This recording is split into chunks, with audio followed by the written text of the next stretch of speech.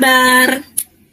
Oke, sekarang aku mau nampilin nih podcast baru lagi yang lebih seru, dan tentunya kali ini bareng sama kakak-kakak dari kelompok 1. Oke. Tema dari podcast kali ini adalah bagaimana cara kita membangun kesadaran moral anti korupsi dengan berlandaskan Pancasila. Oke, tentunya pasti seru banget sih. Dan kali ini aku nggak sendirian kok. Aku mau kenalin dulu ya sama kalian kakak-kakak yang akan ngisi pembicaraan kali ini. Pertama dari Kak Ratu Arum. Silakan Kak Ratu Arum untuk perkenalkan dulu. Dan NIM terakhirnya juga ya. Jangan lupa on mic. Halo semuanya, perkenalkan aku Ratu Arum Rahmagat. Oke. Selanjutnya Kak Novia. Boleh perkenalan Kak Novia? Halo semua, kenalin aku Novia Julestari dengan NIM 220. Oke, terima kasih. Selanjutnya Kak Umul. Halo semuanya, perkenalkan nama aku Umar Harasyari dengan NIM akhir 074. Terus Naila. Halo semuanya, perkenalkan aku Naila Masuro dengan NIM akhir 100. Oke, terima kasih Kak Naila. Selanjutnya yaitu Kak Safira. Kak Safira boleh on mic nih. Oke, perkenalkan nama saya Safira Nabila Purwanto dengan NIM 011. Halo Kak Safira, makasih. Terus ke Kak Ananda. Baik, perkenalkan nama saya Ananda Sakina, NIM terakhir yaitu 060. Oke, dan terakhir ya. Jadi kali ini nih dari podcast tuh hanya bawa satu cowok loh. Terakhir Kak Nabil. Kak Nabil boleh perkenalan Kak Nabil? Halo guys, perkenalkan nama saya Muhammad Nabil Ibrahim, NIM 177. Oke. Salam kenal semuanya. Salam kenal. Halo Kak Nabil. Oke, terima kasih ya. Kita udah perkenalan nih sama kakak-kakak yang akan ngisi pembicaraan nanti. Dan selanjutnya aku juga mau perkenalan. Nama aku Agasianda. Aku NIM 039 dari Prodi Sains Data. Oke, terima kasih. Selanjutnya kita akan membahas tentang topik-topik yang akan kita bahas. Tentunya aku nih udah nyari nih kakak-kakak tentang berita yang kayaknya cocok banget nih sama apa yang kita bicarain ya. Jadi sama berita ini tentunya juga terikat sih sama Pilpres 2024. Dan berita ini udah dikirim dari Kak Safira loh. Jadi aku mau bacain dulu ya tentang berita ini ya, biar lebih ntar kalian udah ngerti nih. Aku mau bacain poin-poin pentingnya. Jadi judulnya itu adalah Prabowo coret 2 mantan koruptor yang nyalek dari Gerindra. Oke. Dari Ketua Umum Partai Gerindra, Prabowo Subianto mencoret 2 nama bakal jadi calon legislatif bacalek mantan terpidana kasus korupsi nih di pemilu 2024 ternyata. Dan 2 orang eks-koruptor ini dipastikan tidak akan masuk di daftar calon tetap. Hal ini awalnya disampaikan sendiri oleh Bapak Prabowo Subianto. Dia mengatakan bacalek eks-koruptor yang maju pilek dari partainya telah digugurkan. Terpisah, Ketua Harian Gerindra Daskom membenarkan hal itu. Daskom memastikan tak ada lagi nama bacalek eks-koruptor. Jadi intinya yang eks-koruptor tadi udah dicoret sama Bapak Prabowo Subianto. Dan Bapak Dasko juga mengonfirmasi bahwa ia nanti lihat aja di DCT namanya sudah gak akan ada kok gitu. Dan juga diketahui KPU RI telah mengungkapkan daftar nama bacalek yang merupakan mantan terpidana yang sebanyak 52. Ternyata banyak juga ya. Terus dan 2 diantaranya juga dari Gerindra. Oke. Dan dari berita yang aku bawa ini nih tentang Prabowo coret 2 mantan koruptor yang nyalek dari Gerindra, bagaimana nih menurut pendapat dari kakak-kakak? Pertama aku mau minta pendapat dari Kak Novia. Boleh Kak Novia berpendapat tentang masalah ini? Oke, baik Kak Gazi. Jadi menurutku nih korupsi ini udah gak asing lagi ya di negara kita Indonesia ini. Dan efeknya tuh sangat-sangat menciptakan ketidaksetaraan dan merusak kepercayaan publik terhadap lembaga pemerintah nih. Seperti itu sih menurut saya. Udah. Selanjutnya dari Kak Novia nggak ada tambahan lagi ya? Mungkin bisa, menurutku sudah cukup sih. Oke, terima kasih. Selanjutnya aku mau minta pendapat dari Kak Umul dong. Oke, baik, terima kasih. Menurut pendapat saya, tindakan dari Gerindra ini sudah termasuk ke dalam langkah yang positif, di mana langkah tersebut dapat mempertahankan integritas politik. Namun, langkah yang dipilih ini masih perlu diingat bahwa menjaga integritas politik bukan hanya tanggung jawab dari partai saja, namun juga masyarakat sebagai pemilih harus melakukan evaluasi secara mendalam terhadap rekam jejak para calon untuk membuat sebuah keputusan yang tepat. Jadi begitu menurut pendapat saya. Gak ada tambahan nih. Oke, selanjutnya aku mau minta pendapat ke Kak Naila Masruroh. yang aku tunggu-tunggu karena mungkin pendapatnya berbeda dari Kak siapa, Kak Novia sama Kak Umbul. Halo Kak Gashi, kalau misalnya dari pendapatku ya, tindakannya Pak Prabowo itu udah bener sih, karena korupsi itu adalah suatu tindakan yang menyebabkan penyakit sosial yang merugikan masyarakat luas. Dan korupsi itu banyak banget dampak negatifnya. Jadi koruptor itu pantas digituin.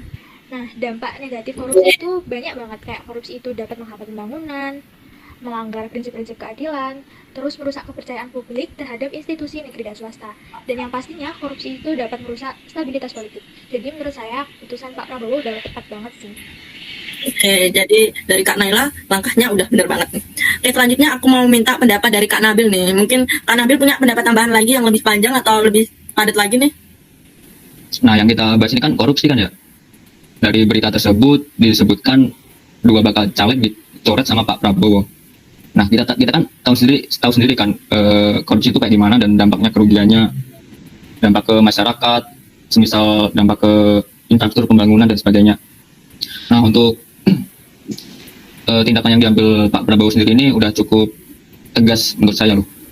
Dia mencoret 2 bakal nama caleg. Nah, kalau menurut saya seharusnya harus ada hukuman yang lebih bisa membuat 2 orang ini lebih jerah. Karena apa? Karena orang yang melakukan korupsi itu pasti akan melakukan korupsi lagi di masa depannya, meskipun dia dihukum secara misalnya cuma di penjara berapa tahun gitu. Nah, kalau udah dibahas lagi si tikus kantor ini, nah saya harus dikasih hukuman yang lebih kejam lagi yang bisa memberi efek jerah, kayak misal kasih sanksi sosial yang lebih, mau dipotong tangannya lah kalau bisa, atau gimana gitu. Gitu sih pendapat saya. Oke, terima kasih Kak Nabil.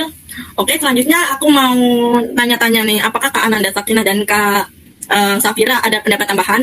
Sebelumnya aku mau minta Kak Ananda dulu ya untuk berpendapat. Silakan Kak Ananda. Oke, baik. Ya, mungkin saya untuk menjawabnya.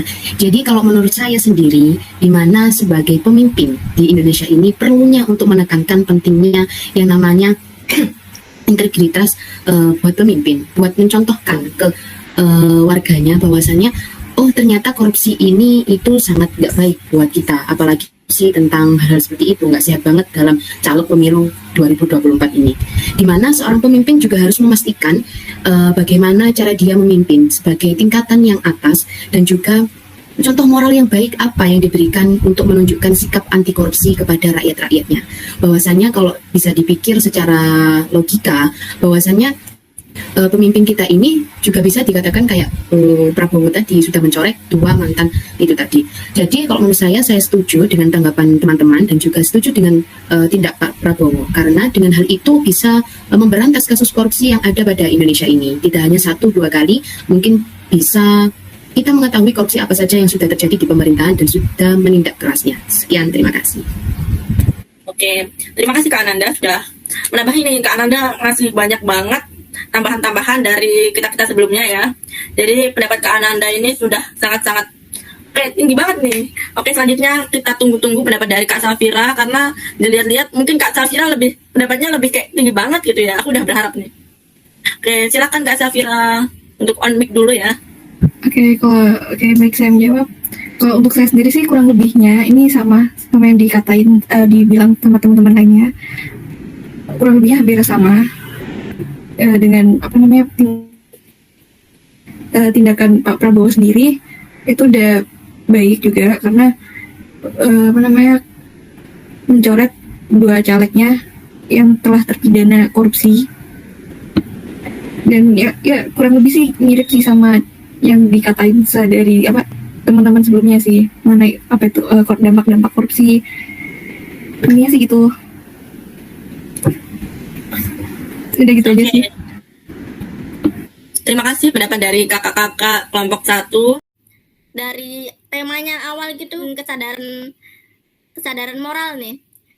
Dari aku sendiri juga udah oke banget dengan alasan Pak Prabowo mengapa udah keluarin 2 bacalek tadi, dan juga alasan dari 2 ketua Gerindra juga. Kak Ratu Arum boleh berpendapat Kak?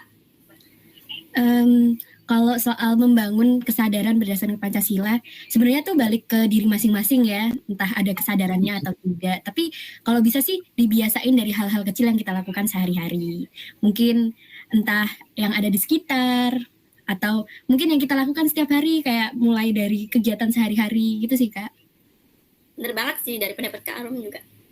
Selanjutnya aku mau pendapat dari Kak Naila. Dilihat-lihat Kak Naila ini sudah sangat pengen sekali berpendapat bagaimana cara kita meningkatkan kesadaran moral dengan Pancasila. Silahkan Kak Naila, boleh berpendapat. Boleh banget ngasih pendapat yang panjang juga boleh. Halo Kak, jadi aku mau isi pendapat ya. Mungkin yang paling dasar itu bisa kita mulai dengan memperkenalkan dan mendalami nilai-nilai Pancasila nih, seperti integritas, keadilan sosial, dan tanggung jawab sebagai dasar bagi perilaku yang jujur, adil, dan bertanggung jawab, agar tidak bisa korupsi. Nah, kemudian bisa juga dilanjutkan dengan mengaitkan Pancasila dengan tindakan nyata, yaitu mengaplikasikan nilai-nilai Pancasila dalam kehidupan sehari-hari sebagai bentuk landasan untuk menolak tindakan korupsi, baik dalam lingkungan pribadi maupun lingkungan profesional. Jadi kita harus menerapkan Pancasila itu agar kita menolak tindakan segala macam bentuk korupsi. Terima kasih. Ini aku mau minta pendapat dari Kak Nabil nih. Kak Nabil, bagaimana Kak cara Kakak untuk meningkatkan kesadaran moral dengan Pancasila? Dipersilahkan buat Kak Nabil. Nah, sebenarnya kalau masalah pendidikan moral itu cukup kita masukin ke kurikulum dalam metode pembelajaran negara kita ya. Cukup dimasukkan ke kurikulum pembelajaran mulai dari SD sampai ke jenjang perguruan tinggi itu sangat perlu sekali.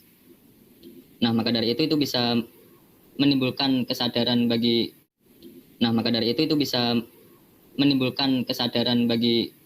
masyarakat Indonesia tentang pendidikan moral Pancasila yang terlebihnya terkait dengan korupsi ini.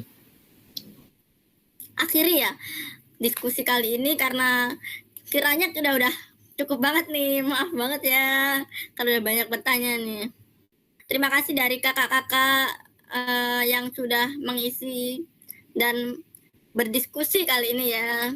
Oke, sampai jumpa teman-teman. Selamat malam, selamat istirahat. Terima kasih.